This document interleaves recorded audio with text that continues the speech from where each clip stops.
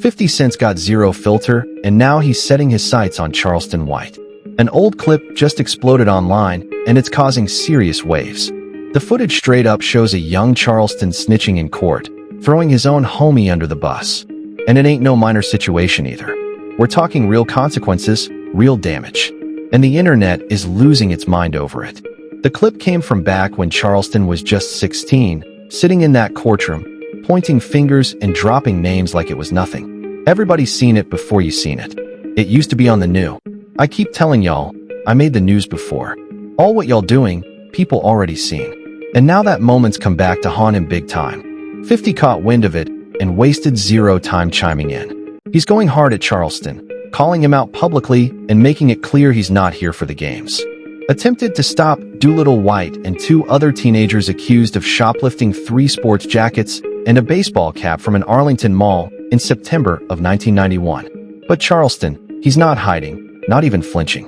He's out here laughing about it, standing on his past, and doubling down in classic Charleston White style. Charleston White didn't just talk, he dropped bombs. In that resurfaced clip, he detailed how his boy Antoine Doolittle went way too far during a robbery gone wrong. It all started when the crew tried to jack some coats and hats from a department store. Michael Levy, an employee there, stepped in to stop them, and that's when things spiraled out of control.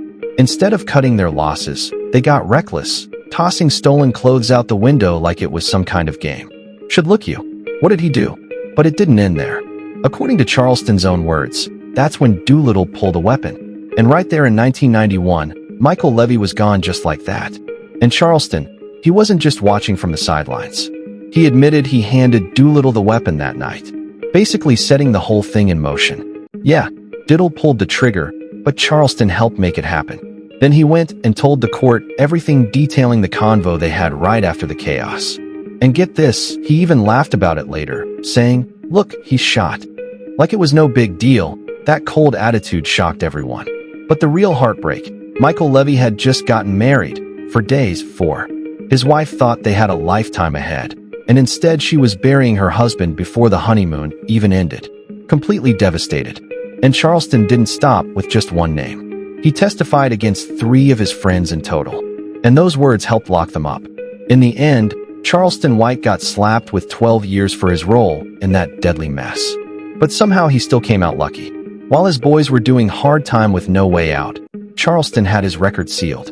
So when he walked free, it was like hitting reset. Clean slate, no paper. Victim, which was a Caucasian man by the name of Michael Levy. I was sentenced to 12 years under Texas juvenile determined sentencing law. On my 3 co-defendants, all of them was tried as adults. They were 15 and older. I was 14. So I went into a boys' home that was co-ed with boys and girls. So I spent my entire youth, my entire teenage life from 14 to 21 in the boys' home. When I got out at 21, my record was sealed. So there's no record of me ever being in trouble for that.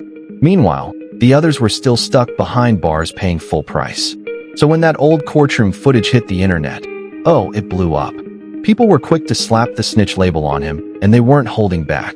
Social media lit up like wildfire. Memes, call-outs, think pieces. Everybody had something to say. But Charleston, he was cooling. Zero shame, zero apology, just pure jokes. He jumped online, cracking up and brushing it all off like it was nothing. Said he wasn't losing sleep over none of it, and even joked he might turn the whole thing into stand-up material. Real bold. And he didn't just stop there.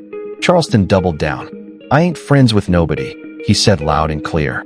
He stood 10 toes on it, making it clear he meant what he did and he'd do it again. No hesitation. See, Charleston's been telling folks for a while now. He don't recommend doing a life sentence for nobody. It's his no honor among thieves. So why do I have to be honorable amongst thieves? Why? We all criminals in truth. He don't live by that no snitching street code. He's not out here catching charges to protect anyone's rep, that loyalty over logic thing. Nah, he's not buying into that.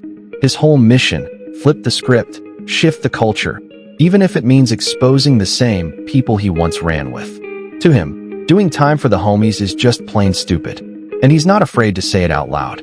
"We all criminals and crooks," Charleston White said in one wild interview. But then he flipped the script fast. "I'm a citizen now. I'm a police ninja," he declared. And no, he wasn't joking.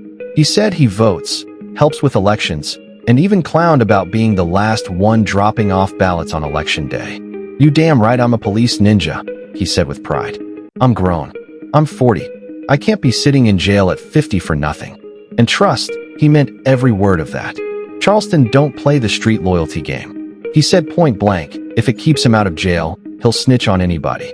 And he's not ashamed to say it. That's the code he lives by now.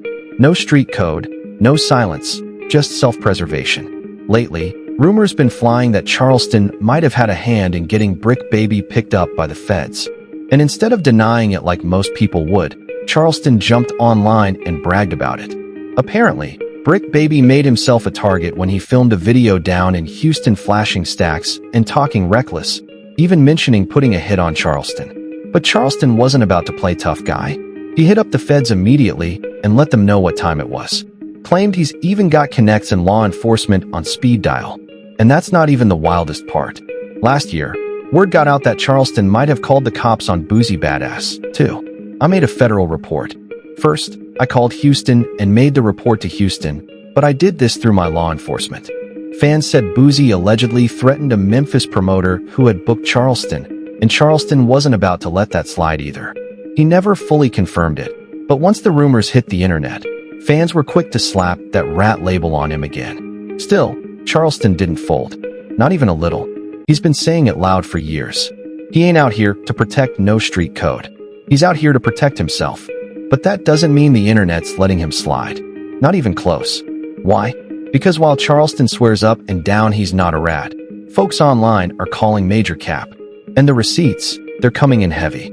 People are dragging him as a walking contradiction, saying he talks like a civilian but moves like a snitch. But Charleston, he's already clapped back at all of it. According to him, the difference comes down to motive. He says, "I don't do this for money, not for revenge, not for clout." That's why in his eyes, he ain't a rat, just a man on a mission. And believe it or not, he's been putting in work behind that mission. After he got out, he didn't just disappear. He hit the streets with purpose. Speaking to at-risk youth, pulling up at schools, juvie centers, community events, telling his story raw, hoping to steer the next generation away from that same dark road he once walked. And that's not all. He helped kick off a program called Hype, mentoring kids who are right on the edge, caught between gang life and the system. Some of these kids ain't got anyone else showing up for them. But Charleston did. He's even talked about launching a snitching program. Yep, for real. To help kids get out of dangerous circles before it's too late. That idea alone has stirred a lot of controversy. Because while some see it as a smart way to save lives, others just can't get past the tactics. They say his methods are too messy, too bold, too disrespectful to the culture. And now Charleston's stuck in that middle lane, fighting to prove his heart's in the right place. Take Gilly the Kid, for example. He had plenty to say about Charleston White trying to spin snitching like it's noble. Gilly went off on X posting, "Can't beef with no dude that's been ratting since the 9s. He a throwback rat." And that wasn't just some random shot. This beef between Gilly and Charleston runs deep. Gilly's been calling him out hard ever since the snitching accusations went public. But of course, Charleston wasn't going to stay silent. He snapped back fast on Instagram, writing, "I see Gilly the Kid got smoke in his chest." This after Gilly sent him a direct message calling him a rat. And then Charleston took things to a whole new level, and not in a good way. He clapped back with a post that shook everybody, saying, "May his son rest in peace and the killer be forgiven by God and live a long life of redemption." That message wasn't random. It was a direct jab aimed squarely at Gilly about the tragic death of his son. Worse, Charleston posted that message from the official page of his own children's book brand, I Am Woke Seed. He turned that page into a launch pad for one of the coldest disses we've seen online. But he didn't stop there. Charleston dropped a full video with a chilling caption. "You still talking street after they unlived Junior? I'm disappointed in you, sir." And the video way past the line. Charleston mocked the death of Gilly's son with no remorse. Said, "You got a dead son and you talking about snitching?" Then he mimicked the tragedy, even imitating the shooting, saying, "How? That dude shot your son in the head, boy." Unlike Gilly and Wallow's grief, imitating their pain, saying, "Oh, my son got killed."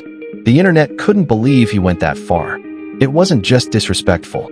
It was savage, raw, ruthless. And the wildest part, Charleston still didn't flinch. Not one bit. He was crying. Now you talking about snitching? You right. I'm a law-abiding citizen. That's why your son got unlaid out loud. No filter, no shame. It was straight up cold. And honestly, the fact Charleston went that hard just because Gilly called him a rat. Yeah, that hit a nerve for Real. He tries to act unbothered, like it's all laughs and trolling. But the way he spiraled, that rage wasn't just for show. And then there's 50 Cent. And if there's one thing we know about 50, he's got zero love for anybody even smelling like a snitch. He's been crystal clear about that for years. Just peep how he's been dragging Big Meech lately, calling him out, roasting him nonstop, and putting his business out there for the world to see.